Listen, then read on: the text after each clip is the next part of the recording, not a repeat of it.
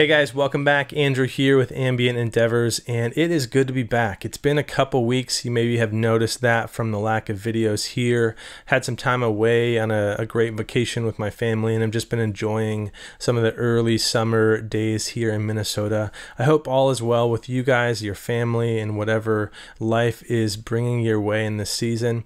And as I come back into the studio, it's always kind of this chance to reevaluate sort of what I do and why I do it, and I'm really feeling grateful and excited about the projects I'm getting to do this summer. Summer can tend to slow down a little bit in this industry, and so it gives me an opportunity to step back and just enjoy music, enjoy creating music and making sounds and playing guitar for the love of it. And I hope that that's where you guys are at as well, or where you're moving towards. We talk a lot about gear. I demonstrate and sort of help promote gear for brands a lot on this channel, but at the end of the day, if these pieces of gear aren't inspiring you, aren't bringing you joy or kind of satisfaction in the way that you're using them to create music and create art, I think it's kind of all a lost cause. So I'm really hopeful that in this process and all of this, that you are finding ways to experience joy and satisfaction in your creativity, in your art, in your guitar playing. So thanks for coming to my TED Talk. But today we're going to check out a pedal from a builder up in Canada called Coffee Shop Pedals. It's really an impressive offering from what I believe is a one-man shop or a really small operation up there. He started building pedals a few years back and has a bunch of designs and ideas on his mind to keep the releases coming. The latest from Coffee Shop Pedals is the London Fog, and it's a really cool, compact, modernized take on the tape echo with some fun features, some really fun sounds, and we're going to get into it. So London Fog at its core is a digital emulation of those classic tape echoes. It has that cool character and nuance with the wow and flutter, some degradation and saturation in different modes, and I think it sounds really great. It's stereo in and out, which is also impressive, and a pretty compact package here, and I think the control set and the feature set are really, really nice in terms of hitting that balance between having a variety of sounds and features, but not having too much, not having to menu dive or really get bogged down in some of the sub features that some small pedals can tend to do. So we'll talk about some of the different features and sounds, and then you'll hear an extended sound sample section of this cool tape echo. Starting with the top here, you have delay mix control that goes to full wet at full clockwise. In the middle, you have your control that sets which mode you operate in. There's 4 different types of delay sounds in this. You have a new tape sound, you have an old tape sound, you have a vintage tape sound, and then you have a dual delay mode that's pretty cool too, to incorporate a secondary delay line. On the end here, you have a control knob, which varies depending on which mode you're in. Oftentimes it adjusts the wow and flutter or the modulation depth. In the dual mode, it will affect what the subdivision of the secondary delay is.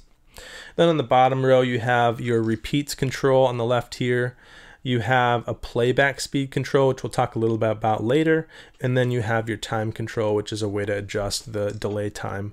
You have tap tempo on the bottom here, which also has a secondary function that we'll talk about. And then your bypass control, which doubles as a way to set subdivisions for your primary delay. One of the coolest features of this pedal, I think, and what really sold me and intrigued me on it, is this toggle in the middle, which allows you to select either forward delay on the right, reverse delay sounds on the left, or in the middle, a combination of both reverse and forward delay, which creates this really cool ambient kind of soundscapey, fluttery tone to it. And we're going to dive into that in the sound samples, so you'll get to hear it. But one of my favorite aspects of this pedal is that you get to choose from those 3 options. Some under the hood features include MIDI via 3.5mm on the top side here. You also have presets available on board here. You can save presets and access them via MIDI as well. And again, you can run this in either mono or stereo via a pair of 1/4-inch jacks on either side. So the playback speed knob in the middle here, that is essentially a clock control, which adjusts the clock of the DSP chip. You'll see this control on a number of different pedals these days, as a lot of them are working on a similar digital platform. One of the easiest points of reference is the Chase Bliss Mood pedal, which has a control very similar to this, where as you dial it to the right or left, you get a change in the maximum delay time. You also get a change in the fidelity of the delay repeats, as you're kind of adjusting the quality and fidelity of the delay chip, the digital chip inside the pedal. So on this control, as you go to the right, you'll get a shorter maximum delay time, but you'll get a higher fidelity delay tone overall. It'll be clearer and crisper. As you dial it counterclockwise, you'll start to hear the quality of the delay lower. You'll get like a lower res, almost a bit crushy type delay sound as you go all the way counterclockwise, and you'll also introduce a good amount of noise to the circuit too. That can be really cool to leverage in sort of a lo-fi ambient experimental kind of application. I think that it's fun to kind of find different ways to use that noise when you get down to those low settings. It will also adjust the pitch of the delay repeat as you're dialing, which can create some cool moments too. On a similar note, this left foot switch also allows you to hold down and on the fly change the setting on this playback speed knob.